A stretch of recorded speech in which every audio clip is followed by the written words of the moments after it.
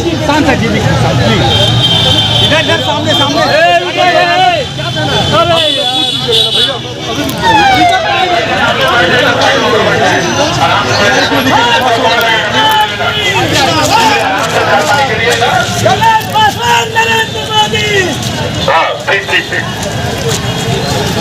यहाँ पर मौजूद है भाजपा के खेमे में, जहां से बांसगांव के लिए कमलेश पासवान अंदर गए हुए हैं नॉमिनेशन करने के लिए, और गोरखपुर से 64 लोकसभा से रवि किशन नॉमिनेशन करके जा चुके हैं। यहाँ पे उनके समर्थन मौजूद है, आइए हम उनसे जानने की कोशिश करते हैं।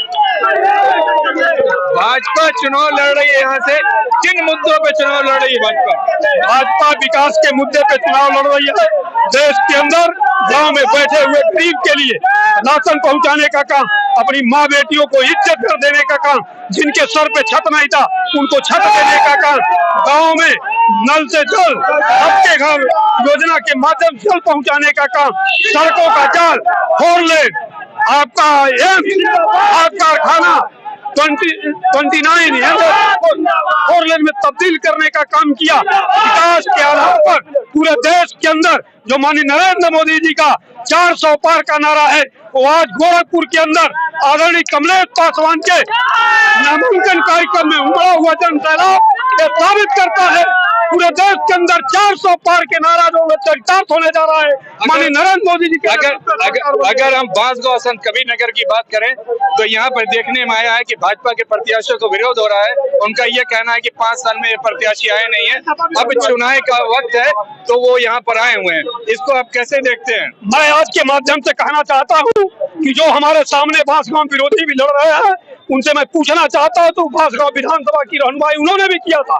आज 10 सालों से अगर वो जनप्रतिनिधि नहीं है तो एक दरवाजा कोई बता दे, कोई भी माई का लाल साबित कर दे तो हम जैसे कार्यकर्ता राजनीति छोड़ देंगे। किसी का उन्होंने हाल चल दिया।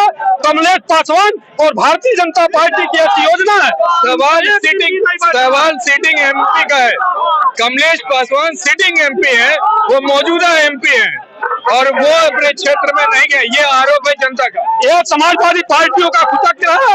मैं कहता हूं कि 24 घंटा और 30 दिन 365 दिन कमलेश पासवान बांसगांव के जनता की चिंता करते हैं, बांसगांव के लोगों की चिंता करते हैं, सबके हाथ चल लेने का काम करते हैं। विकास के लिए उन्होंने गांव में अपने निधि से काम कराया।